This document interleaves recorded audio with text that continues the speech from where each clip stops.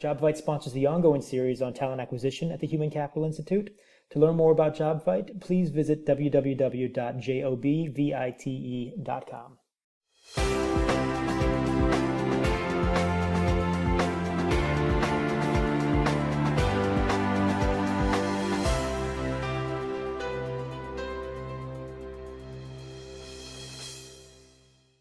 Welcome, I'm Daniel Fogel, and I'd like to thank you for joining me for this HCI webcast, the HR Marketing Overlap.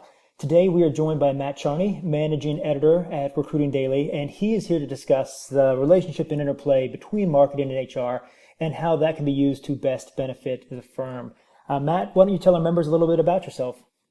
Yeah, hi, everyone, and thank you for having me, Daniel. My name is Matt Charney. As you said, I am the managing editor of Recruiting Blogs, which is a portfolio of a few different sites, Recruiting Daily, Recruiting Conferences, Recruiting Webinars, and I could keep going, but essentially my job consists of covering the industry, covering the space, and, delving into new trends that might be affecting the world of recruiting and hiring. And certainly I think the major trend that we're seeing is kind of this overlap between recruiting and marketing. I have backgrounds, obviously, in both, and very timely and interesting conversation. So looking forward to diving in.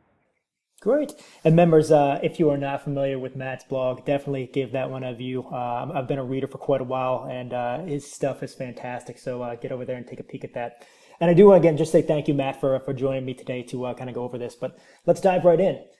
So for the novices out there, why does marketing matter in recruiting, and how much of an overlap is there between HR and marketing? And for that matter, should PR be playing a role as well in that? Yeah, well, I think that PR has a little bit different approach. I'll take this question a little in reverse. So PR is designed more or less to control the messaging about what's being said about a company, and certainly I think to minimize what's being said negatively about the company as well as to increase exposure of that brand. But that said, I think that the core concepts of employer branding as well as marketing are fairly well satisfied without PR, because they're very different disciplines, in as much as you don't have so much control over the content. And, it's a little bit different in that PR is working specifically towards placement and brand reputation. On the consumer side, while obviously that has some effects on recruiting, I do think that when you look at the functions of brand and certainly content marketing, you really start seeing the overlap. And so I think that if you look at the process by which companies today are developing, finding leads, qualifying them and scoring them, and engaging with that brand around a call to action, which most cases obviously in marketing is to buy a product or service, you're really seeing a lot of that exact same process, what's called inbound marketing, go on in recruiting. Obviously, it may still exist in certain isolated pockets, but you don't see a lot of help wanted signs and paper applications anymore. I remember when I was 15, I'd go into a shopping mall and just walk around and see who happened to be hiring. But obviously candidates today are quite different, and their opening, job search really happens to fall in a couple of different areas. Google is, I would say, the starting destination for any consumer really, accessing the internet. And if you look at that, you see that Facebook certainly is the number one search term across all different properties on Google. Which is interesting, as well as Indeed obviously has grown into the world's largest job site simply because of the fact that they have mastered SEO within the Google environment. So I think that we talk a lot about candidate experience, but really it's the same thing as user experience from an online perspective. So really, I think that as candidates, whether they're active or passive or some hybrid thereof, as they are, doing some due diligence on both career possibilities as well as later on in the process, your company, you're really looking at driving brand impressions and awareness and creating kind of a funnel through your online marketing efforts, which, ultimately tie into the hub that is your applicant tracking system or HCM system. Very similar, again, to marketing, where you have a core CRM like a Salesforce, HubSpot, line in the middle. And now we're seeing a lot of overlap in capabilities between ATS and CRM systems, moving from a system of record to a system of engagement. But really, the core competency of both marketing and recruiting are to find, qualify, and convert leads. And essentially in recruiting, we look at that as sourcing, screening, and selection. So very, very much the same discipline. And I think the move to almost exclusively online recruiting has made the strategy as well as best practices more or less overlap between the two disciplines.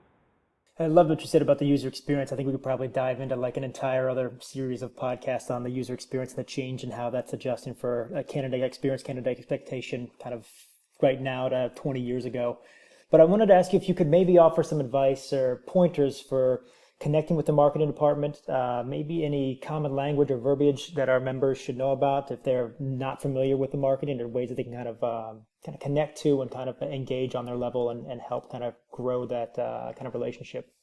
Yeah, no, and so one of the interesting parts I think about kind of my job and where, I've sat experience-wise as well as, who I talk to on a daily basis, which is the heads of recruiting HR departments, the heads of marketing departments. There certainly seems to be a huge amount of desire for those two departments to partner up. And certainly, if you look at consumer campaigns, everywhere from Whataburger, which is a Texas chain, has really made this a goal, to Diageo running this with Guinness. Starbucks has done this for years, and Zappos really has built their entire consumer brand on an employer brand. But I think that marketing is after the same sort of things that employer brand and recruiting are looking to do, which is telling the stories of real employees and featuring those employees as sort of a face behind what's often a genericized or a monolithic brand. So marketing really is, I'm seeing on the brand side, working to build in actual employee stories and kind of face the consumer and company much more into their efforts. But what I'm hearing from a lot of marketing executives is we want to work with HR, but we don't know how to approach them. There's obviously HR tends to have a reputation within companies as being somewhat siloed and separated from the action. And oftentimes marketing doesn't even know what HR is doing. The only time they see them is if there's hiring decisions to be made, a development plan, or learning system in place, or something like that. So, my honest advice is a couple of different things. The first is really easy, and that is that if you look at the org chart of your marketing department, which if you're in HR or recruiting, ostensibly you do have a copy of that, you can certainly see where there are overlaps in functions between, let's say, sourcing in the recruiting department and lead generation, like somebody's in charge of lead generation. And so if you kind of look and break down the subdivision of responsibilities, while the end goal of consumer to candidate is a little bit different, a lot of those jobs are the same. So I think that the most important first step is to figure out who that counterpart is, the marketing department, and just go introduce yourself, have lunch, figure out what it is that they're working on. But the most important thing I think that HR can do is to get out of that silo and really, get involved in the field. And you have a lot to learn, certainly, from your marketing department and vice versa about what it is they're doing. And I'd say second off, a great way to work together is to figure out kind of how marketing has their leads coming in and segmented, because we're seeing quite a lot of data come out that shows that people who apply for jobs at companies have a much higher correlation of already being customers and consumers in that company. And recruiting, while it has this main tendency to say, we want to try to screen out resumes, we're having too many people come in, and there's too much to go through. Marketing's paying for those exact same consumer information leads, and actually recruiting is getting a lot richer data. So if you can definitely amalgamate those efforts and certainly partner with marketing, who almost always has a larger budget and more expertise when it comes to kind of the call to action, lead conversion, and campaign specific strategies, I think, that's a really important step, because ultimately the data that marketing has can be used for recruiting HR and vice versa. Yeah, some great advice, and I like the piece that you were talking about with the branding. And I know on the webcast you differentiated on our time together between brand ambassadors, brand advocates, and brand builders. And I was wondering for the members who maybe missed out on our talk, maybe you could take a quick minute and explain the difference between them and why all of those are necessary. Yeah, so I mean, essentially the most um, effective source of information about a company is word of mouth marketing. There is no doubt, study after study shows that consumers trust their friends and family and personal connections more than any other source of information. And actually what we're also seeing, at least according to the Edelman Trust Barometer, is they trust HR and recruiting the least, even less than PR actually, as a go-to source for company information.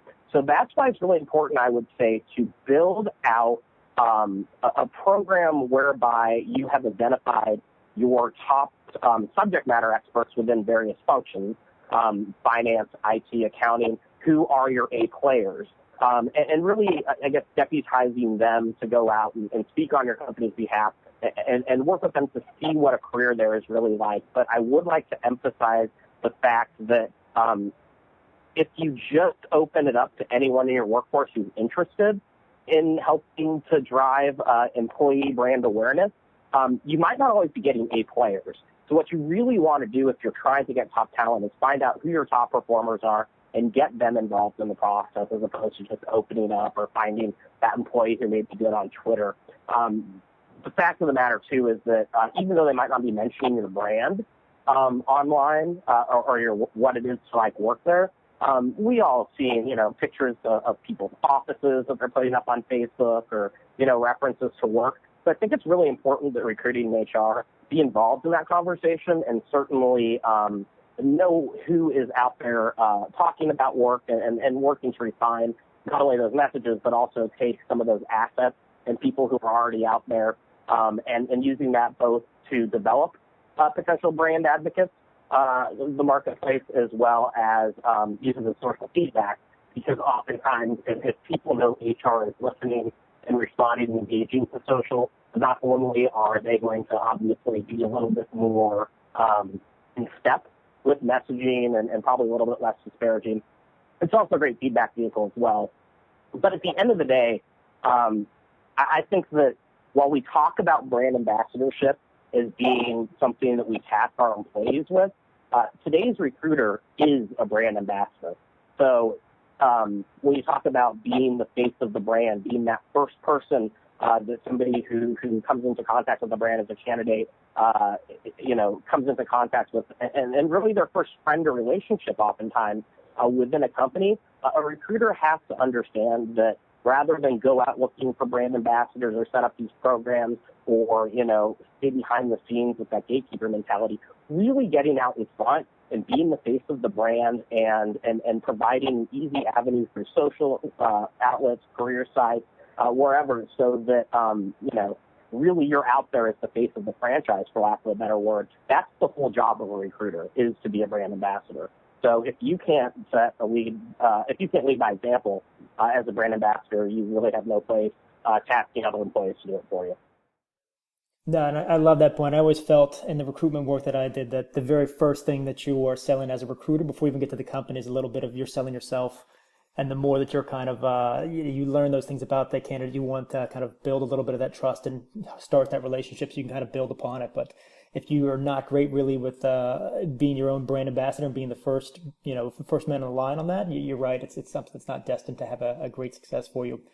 But another thing I loved on our webcast, you were talking about the Bukowski test for building your talent ambassadors, and I thought that was fantastic. We had a couple of members who chimed in as well who loved that, but maybe you could run through that again for us real quick? Yeah, so employer branding often tends to be what my friend Bill Borman calls employer blanding. It looks very similar. You have the same kind of, neutral tone, cubicle, open space with beanbag chairs and ping pong tables, and people are our greatest asset kind of messaging, and really that fails to stand out, and it certainly doesn't meet the one question that you have to answer for candidates And that is the fact that all this cool marketing aside, at the end of the day, it's not all going to be rainbows, unicorns, and sunshine, right?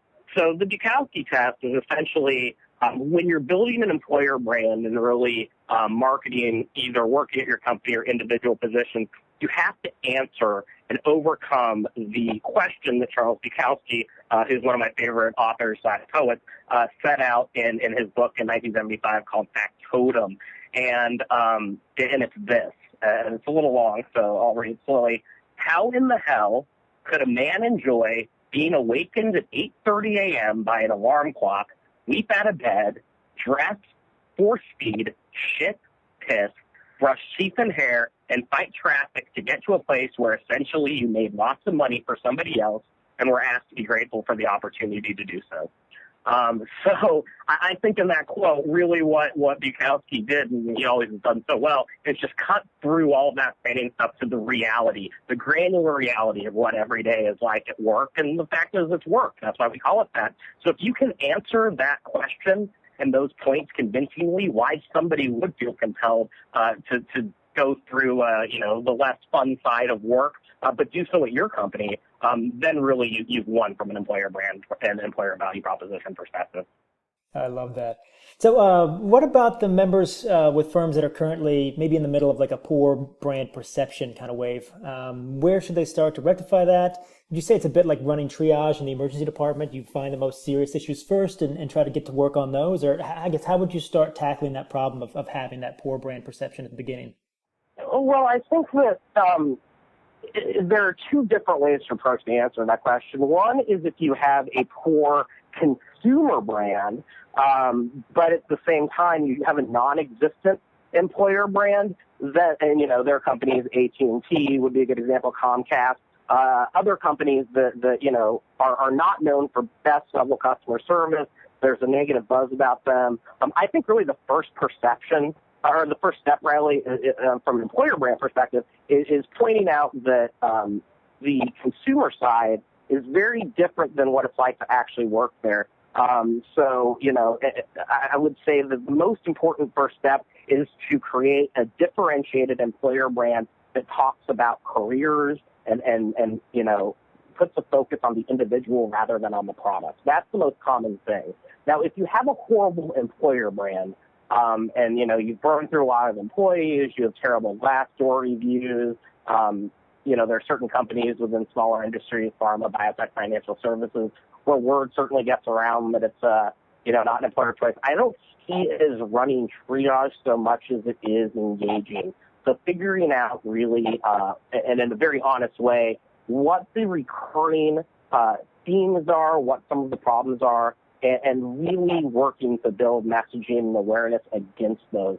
If you don't have enough data externally, obviously Glassdoor now, you have companies with 10,000 plus reviews, you'll start seeing trends and themes. And Indeed certainly has forums as well. But a great way to do that is to actually use some of the data that you've done, either employee engagement surveys or doing a new one kind of on what is wrong with working at your company, what you're hearing on the market. Why aren't you generating more referrals? The reasons why you wouldn't refer a friend, anonymizing that, and then really building a plan around what the market's saying. Because if you just go in and say, we're the best, we're awesome, and you ignore those detractors, you are committing the cardinal sin of credibility, because trust obviously is the fundamental factor when you make a decision that's as life impacting and as sweeping as where you're going to carry on your career. So I really think that getting a handle on what's being said, how accurate it is, and then very directly creating a strategy to respond to that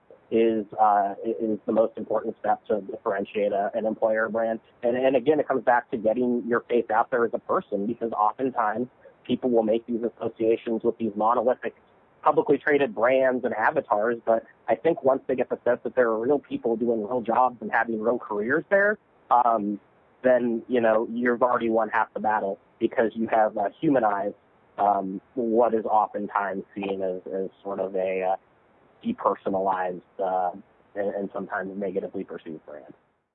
That's good. So like strong and direct communication, using the human voice as much as possible, making yourself a real person and building that connection, the beginning of that trust, so you can kind of have that brand that they'll believe in later on. Now, Don't be angry, but I stole a line from you on our webcast. You said great content makes you want to swear, share, or care. And I thought that thing was fantastic. I tweeted it out to some people. But what was the last piece of content that made you want to share, swear, care? And then what do you think is it about those specific pieces of content that gets them set apart and makes them be shared and engaged with, apart from the content that, just kind of flies past us all at all hours of the day that we just don't engage with? Sure. So I think that even on the recruiter side, but certainly in the recruiting thought leadership and best practices side, which is kind of an amorphous concept because none of us really know what we're doing in the first place, which is why we're in recruiting. I think that, largely the content that really stands out is not the stuff that sounds so genericized and stick up your butt like New York Times, Journal of Record, but it's really like New York Post. And voice and tone really are everything, right?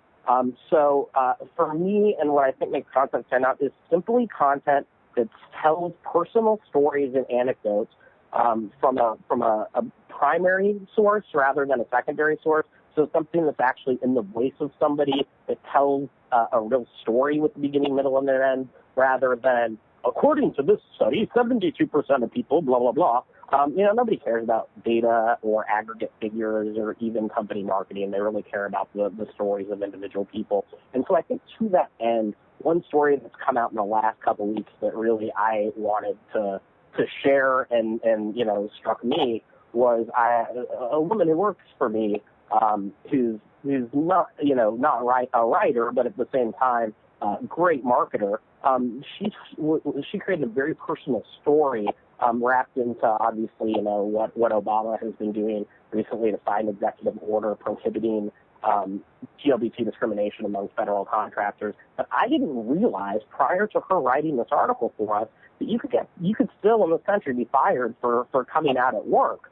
And so she did a really good job, I thought, of just kind of talking about taking these laws, these rules, these regulations, which if you read the legislation tend to be a little bit boring, and really breaking that down into personally why it affects employees, why it's a big deal, and how it's impacted her career and her development, and some lessons that she wished that other employees she worked with would have learned along the way. So I think it's taking kind of content that's timely and just adding that human element and perspective and voice. I think that those are all really what it takes for content to make you swear, share, or care.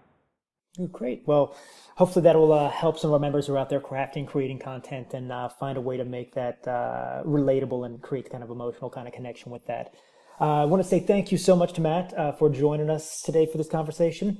Members, if you're interested in learning more about this topic, please view the HCI webcast, What Can HR Learn from the Marketing Team, which can be seen on demand at hci.org. This does conclude this edition of the HCI podcast, but be sure to catch new HCI podcasts. You can now hear HCI podcasts on iTunes, YouTube, Facebook, and Stitcher Smart Radio.